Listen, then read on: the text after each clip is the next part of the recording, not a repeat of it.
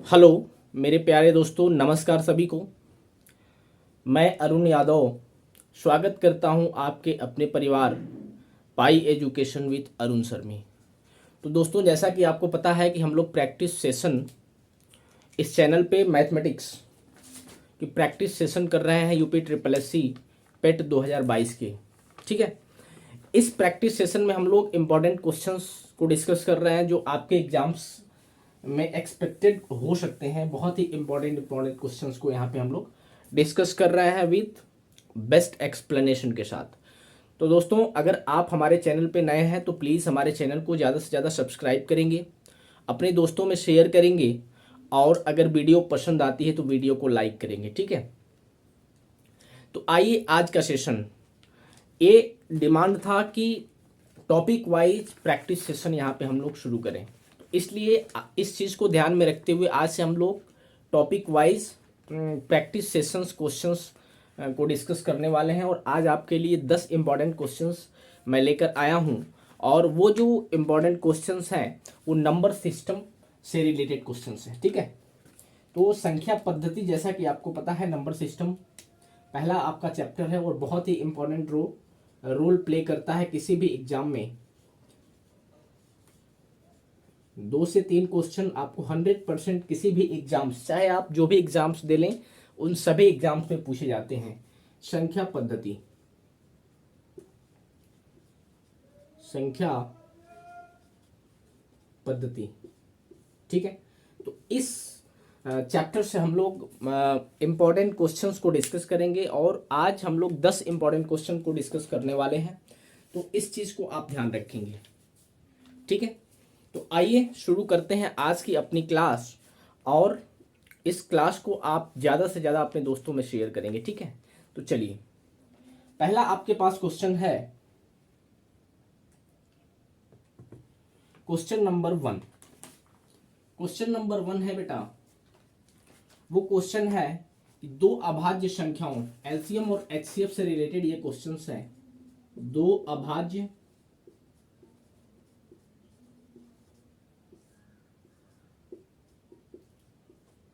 संख्याओं, दो अभाज्य संख्याओं x और y, where x is greater than y का एलसीएम यानी लघुत्तम समापवर्त्य अपने पास है 161, 161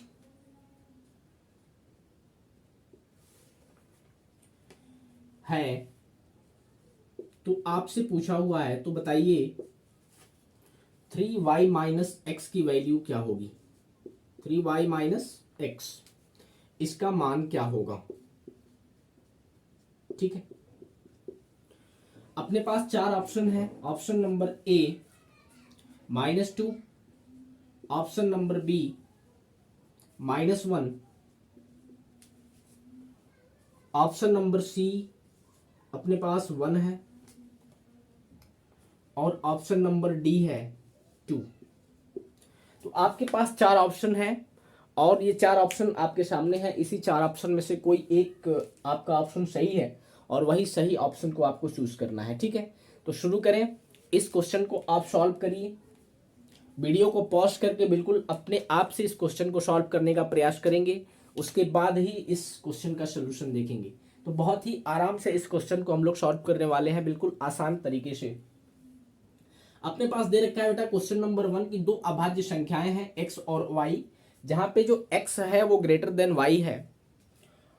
इसका एलसीएम अपने पास दे रखा है 161। तो पूछा हुआ है कि what is the value of 3y minus x, यानी 3y माइनस एक्स का आपको मान बताना है। We are following 4 options. Option number A -2, option number B -1, C 1, and option number D is 2। चलिए, तो इस क्वेश्चन का सोल्यूशन देखते हैं। अभाज्य संख्याएं, सबसे पहले आप जानेंगे कि अभाज्य संख्याएं क्या होती हैं। तो हमने बताया था आपको कि अभाज्य संख्या या ऋण संख्या इसको बोला जाता है। अभाज्य संख्याएं क्या होती है कि वह संख्या जो स्वयं से विभाजित होती है अथवा एक से विभाजित होती है। ठीक है, तो अभाज्य संख्या जो स्वयं से विभाजित तो किसी दूसरी संख्या से विभाजित नहीं होती है, और सबसे छोटी अभाज्य संख्या है वो सम संख्या है, और वो क्या है, 2 है। ठीक है, तो 2 ही एक ऐसी अभाज्य संख्या है वो जब सबसे छोटी भी है और सम संख्या भी है, बाकी सभी अभाज्य संख्याएं विषम संख्याएं होती हैं। इतना आई होप आपको समझ में आया होगा। तो अपने पास 2 अभाज्य संख्याएं हैं, इसका एलसीएम दे रखा है। तो सबसे पहले अभाज्य संख्याओं का जो एलसीएम होता है, इस चीज को आपको ध्यान में रखना चाहिए, तभी आप आराम से इस क्वेश्चन को सॉल्व कर पाएंगे। जो 2 अभाज्य संख्याओं का एलसीएम होता है वो अभाज्य संख्याओं के गुणनफल के बराबर होता है।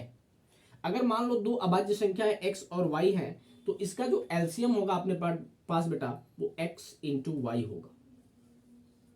ये चीजें आपको ध्यान में रखना है कि अभाज्य संख्याओं का जो एलसीएम या लघुत्तम समापवर्ती होता है वो अभाज्य संख्याओं के गुणनफल के बराबर होता है। क्यों? क्योंकि अगर हम बात करें तो बताइए 15 जो 3 और 5 2 अभाज्य संख्याएं, इनका एलसीएम कितना होगा? तो आप कहेंगे जी सर 15 होगा। क्यों? क्योंकि ये अभाज्य संख्याएं हैं, इनमें कोई भी कॉमन नहीं होता है, और जब कॉमन नहीं होगा बेटा तो एलसीएम सीधा सीधा उन संख्याओं का गुणनफल ही होगा। तो यहां से 3 अभाज्य संख्या है और एक 5 अभाज्य संख्या है, ठीक है ना। तो 3 गुणे 5 जब करेंगे तभी हमें 15 मिलेगा। इसका मतलब जो अभाज्य संख्याओं का एलसीएम होता है वो सीधे सीधे उन अभाज्य संख्याओं के गुणनफल के बराबर होता है। ठीक, तो चलिए अब इसमें देखते हैं। तो x इंटू वाई इसका एलसीएम होगा, और ये अपने पास कितना दे रखा है 161। तो x इंटू वाई का जो मान है वो क्या है 161 के बराबर है। अब 161 भी क्या है, 2 अभाज्य संख्याओं के गुणनफल से बना है। इसका मतलब इसमें भी कोई कॉमन नहीं होगा, यानी 161 जो होगा वो इनका जब गुणनखंड करेंगे आप तो 2 अभाज्य संख्याएं आपको मिलेंगी। वो कौन कौन मिलेंगी, एक 7 होगा और एक 23 होगा। क्योंकि 161 का जब आप गुणनखंड करेंगे तो केवल 7 और 23 से ही विभाजित होगा, बाकी किसी भी संख्या से 161 विभाजित नहीं होगा। इसलिए 2 संख्याएं आपको मिल गई, x और y यानी 7 और 23। यही 2 संख्याएं ऐसी है जिनका आप गुणा करेंगे तभी आपको 161 मिलने वाला है। ठीक है, तो एक संख्या आपका अभाज्य संख्या 7 हो गई और एक 23 हो गई। अब क्वेश्चन ये उठता है कि किसको हम x माने और किसको y माने।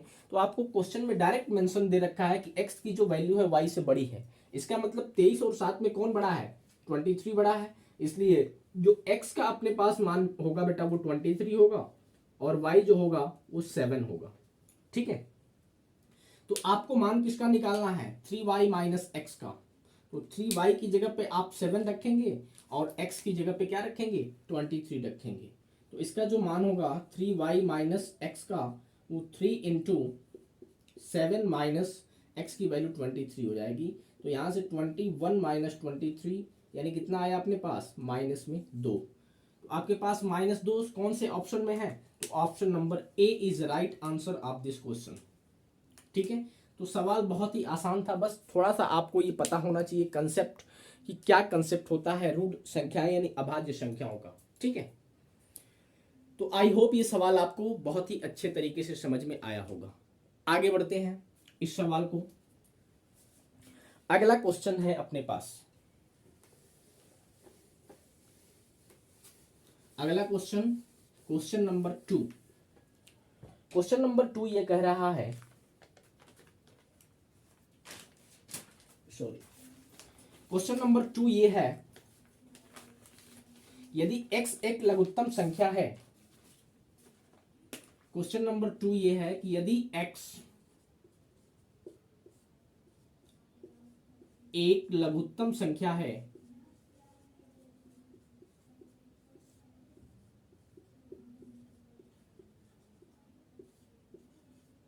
यदि x एक लघुत्तम संख्या है जिसे जब 2000 में जोड़ा जाता है, जिसे जब 2000 में जोड़ा जाए, 2000 में जोड़ा जाए,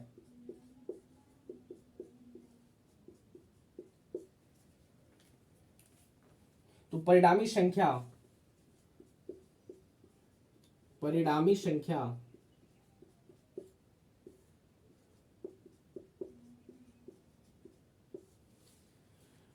12, 16, 18 एवं 21, 12, 16, 18 एवं 21 से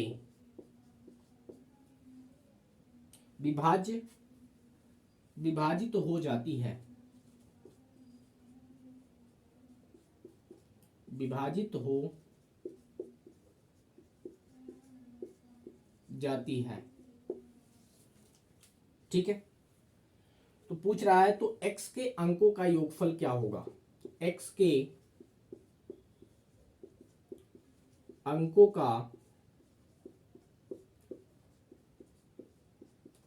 योगफल क्या होगा। ठीक है, आपके पास चार ऑप्शन है, 7, option number B 5, option number C 6 और ऑप्शन नंबर डी 4। ठीक है, तो ये क्वेश्चन सीजीएल 2016 में पूछा गया, एसएससी सीजीएल।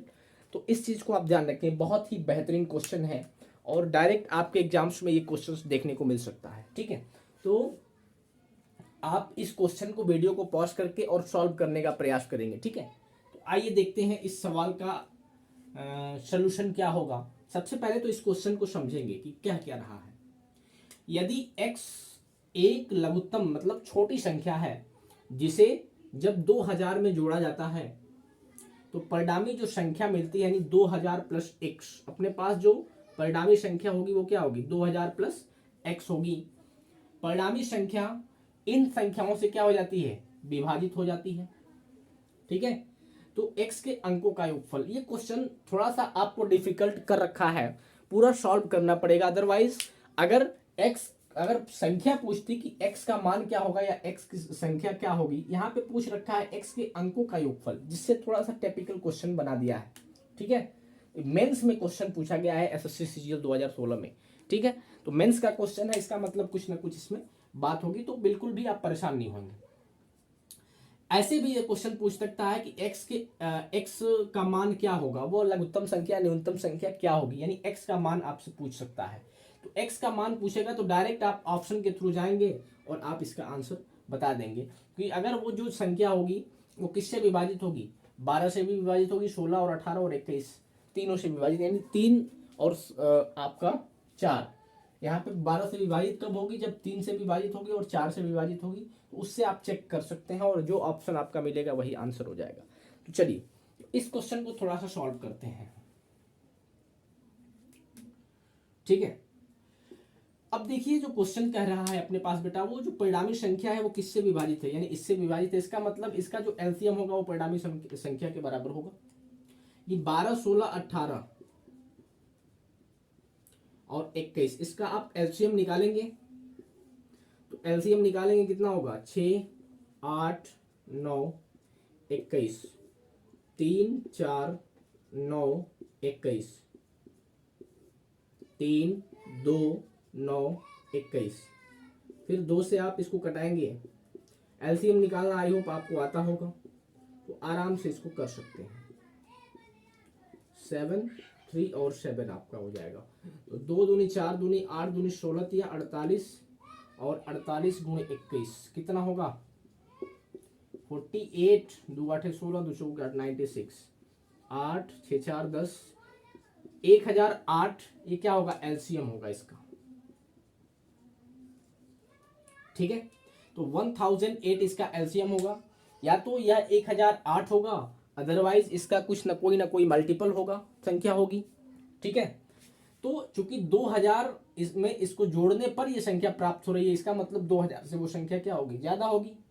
भाई 2000 में x जोड़ रहे हैं तब आपको ये संख्या मिल रही है, इसका मतलब सीधा सीधा ये है कि 2000 से ये क्या होगी, संख्या ज्यादा होगी।